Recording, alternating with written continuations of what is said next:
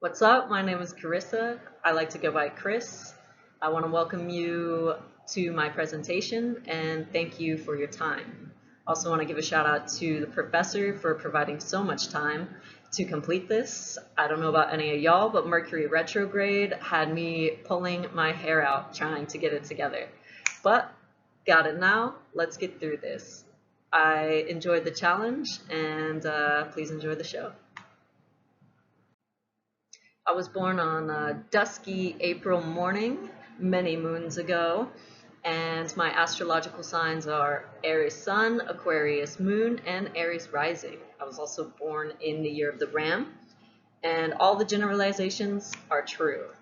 Fast forward a couple years later, I was two, hanging out in a pool in Lakeside, San Diego East County, where I grew up. And I was in a floaty thing, seemed pretty secure. My mom stepped away for a little bit. When she came back, she found me unresponsive, blue body, and upside down. So someone there brought me back. Don't know who, but here I am now. I've always had a very active imagination. I'm known for detailed storytelling and having imaginary friends. Um, in school, the public school system, I was made aware that I was very different. And so I was tested and they said I was gifted. Offered to advance me a grade, but my mom didn't want to do that, so I didn't have to grow up with older kids. So instead, I just wound up getting in trouble all the time. I was the unruly, unmanageable, bad kid that was the bane of all of the teachers' existence. Um, I learned that I had to sit down, shut up, and act right, or else. My home life was no better, and I would describe it as chaotic. We were always moving, people were coming in and out of our lives, and it was up to me and my mom to kind of hold it down for the family. I'm the second oldest of 6 kids, and so we did our best to provide stability for the younger ones. I believe it was this that developed my keen sense of empathy and emotional intelligence. Once I entered high school, though, I started stepping back academically and settling for the bare minimum and good enough. I graduated in 2009, though, and I did try community college back then. Wasn't the right time, wasn't ready. So instead, I tried all kinds of other jobs, sign spinning, census enumeration, and even starting my own shoe shine company business. I realized soon, though, in that business that I had no idea how to navigate the variables in interacting with adult strangers. I needed to learn how the world worked regarding economics, geopolitics, and how to enforce boundaries. After much deliberation, I joined the Navy in search for that first-hand experience of the world at large. I joined in 2017 at the allegedly elderly age of 26. My shipmates did love calling me grandma. It turned out to be the absolute best decision of my life and the absolute worst decision of my life. I gained invaluable insight, developed incredible skills, and grew in ways I never knew possible. I experienced the cultures of Kuwait, Bahrain, and various parts of the UAE. I was able to make a better life for my siblings and family by purchasing a ranch with my Marine sister. This is a little video of the piggies vibing out here. Um, and although it was incredible and truly life-altering, it certainly came with a cost. It's a price I paid with no refunds, no exchanges, and there are parts of myself that will never be the same, things I can no longer do, losses I can never recover, and a hurt deep within me that I will always carry.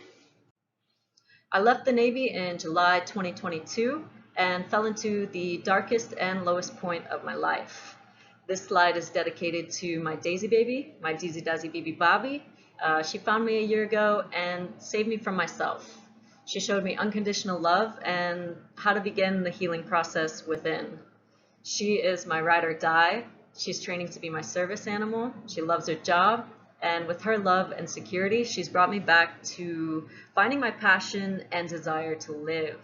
We've been healing with frequency sounds, dancing and singing, journaling and writing, and physical rehabilitation. She taught me to accept these changes and make peace with my pain. Enjoy our little vibe.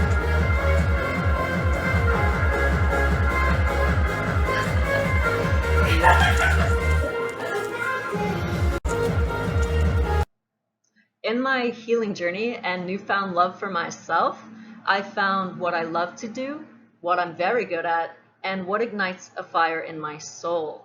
Writing and thinking come easily to me, and the fact that we can take an invisible, meaningless thought floating around in the head and actualize it into a concrete thing in the world is amazing. Expression through artistic endeavors allows space for truth to arise, and I'm here for it. Humanity puzzles me to no end. I became obsessed with my inability to accept why people do bad things to one another, why people are here, is there a point to any of it at all? Why must I accept that the world is full of horrible people? Why won't anyone in power make true change to help the planet we live on? And what's the big deal with Mars? We have Earth right here, right now. Is it so hard to make changes for the better? I guess I need to step up my game and do my part. The people in charge of things aren't really doing all they could do, in my opinion. I could sit here and keep hoping, keep hoping, keep hoping, or I could put together a plan. The older generation is passing away, and we are the leaders of tomorrow. Am I doing what I can to pass along a healthy planet for the next generation of leaders? I think I need to do more because I just can't settle for less. Welcome to the now. You are part of my dream actualized. You're a step here with me. I needed to convince myself to show up, and in order to do that, I needed to set a realistic, tangible goal, something that I know I can do, so that at the end of the day, I can sit back and say, hey, I did something. The rest will come in time. I'm leaving San Diego and heading to Texas next semester after this class finishes, and working in a program all the way up to achieve a doctorate in business. So then I can, say, ooh, Dr. Para, she knows her stuff. She's here to change the world. We might want to take note. All right, blah, blah, blah. Time to get to what you're really here for. This is a M2A1 50 caliber machine gun.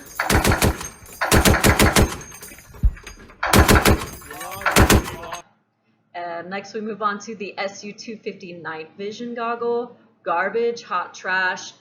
At least we got a good show.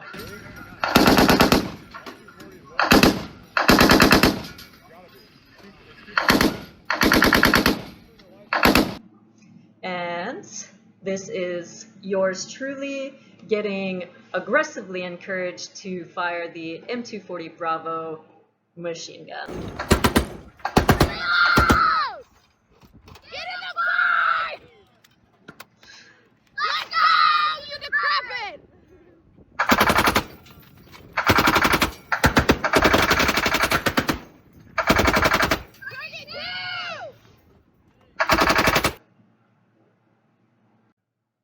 Communication is critical to me. I'm known for saying words matter because they do.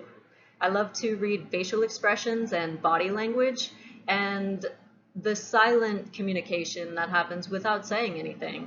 I love other languages and the fact that we are so multifaceted, we can find a way to speak what we want to speak to our fellow humans.